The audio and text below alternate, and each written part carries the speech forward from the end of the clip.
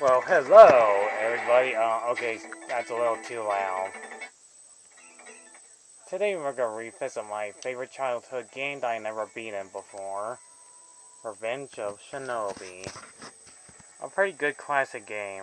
The game in stories about our hero Shinobi. There to save the world from the evil Zed. Yeah, that's his name. And from destroying part of Japan and China. Uh, I'll just get straight to the point of the gameplay. You're basically playing a heroic ninja who carries explosive weapons and the Shukan weapons, most likely a sword. And you'll have your special attacks like the lightning power of fire. You can run, you can jump. Like any type of cliche video games you've seen so far, or believe me, you've seen them all. This game came out nearly 30 years.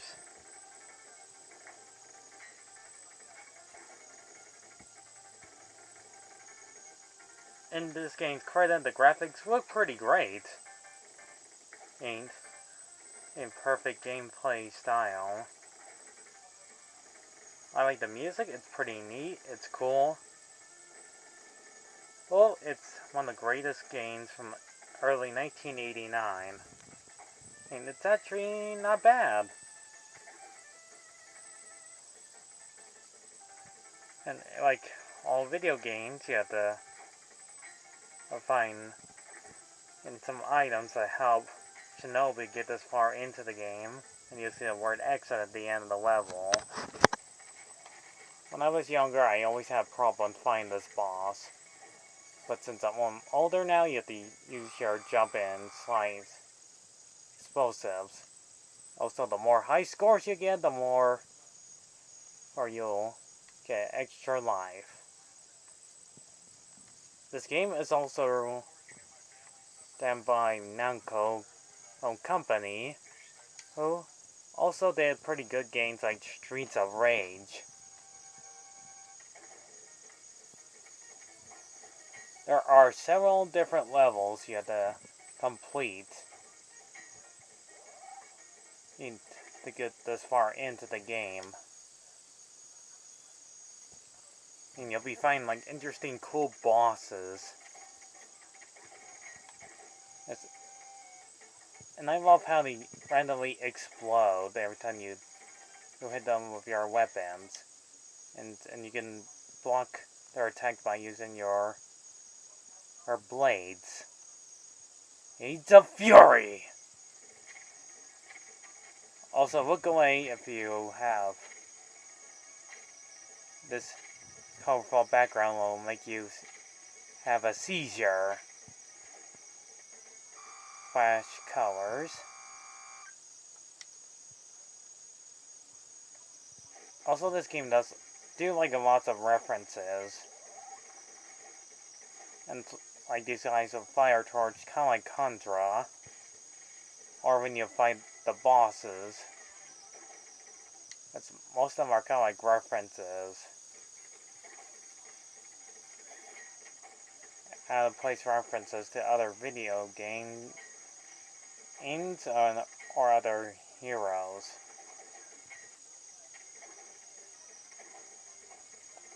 I am not kidding, there's actually like a Spider-Man and Batman thing. Because the late 80s and 90s do that sort of thing, do like weird references. And I gotta admit, it's pretty awesomely cool. Ignore that. I'm trying to close this stupid thing. There we go. Anyhow, this game is pretty uniquely cool. Oh, it's well designed with these characters, and background is pretty well done.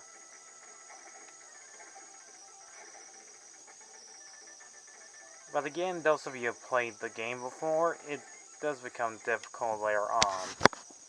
There's also a giant, robotic Godzilla you fight, and you can't see because I fast forwarded a bit. If you're playing this game on normal or hard mode, slight differences, it'll become a little bit difficult. When I was a kid, I never got this far in.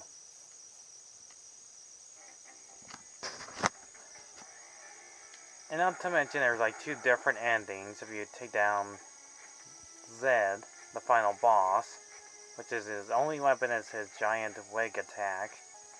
If you don't beat him in time, she'll get crushed to death. And then you get a bad ending. But if you succeed, you'll get the good ending.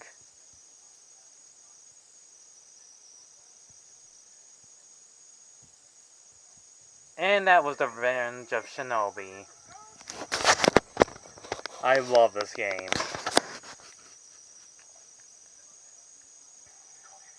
The story plot is plain and simple. Just have a certain ninja with his amazing combat skills, all to save a princess from an evil lordship warlock, and become the hero that he becomes to be already. The graphics are beautifully well done, music is good to listen to, gameplay is actually pretty fun, and not to mention there's like multiple sequels out there. There's Shinobi 2, 3, and the PlayStation 2, which someday I'll get to reviewing those sequels. These ones are very well done and graphical games. They're very fantastic once you see them. I like how the level designs are pretty well done in the factory, the city, and more. Oh yeah, at the docks too. And more buildings. And then the city. Yeah, that's basically it. First you're pretty much in ancient Japan in the beginning. Next you're in a random part of the city. It's like a big huge time loop that just happened. And you just enter in like in the future.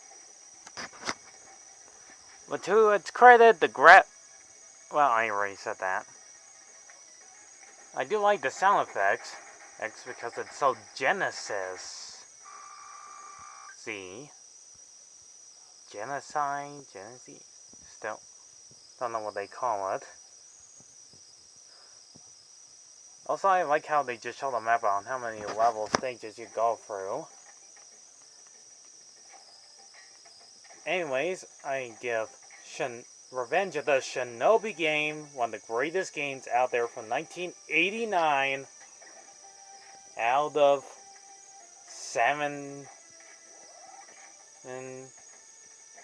toward 10.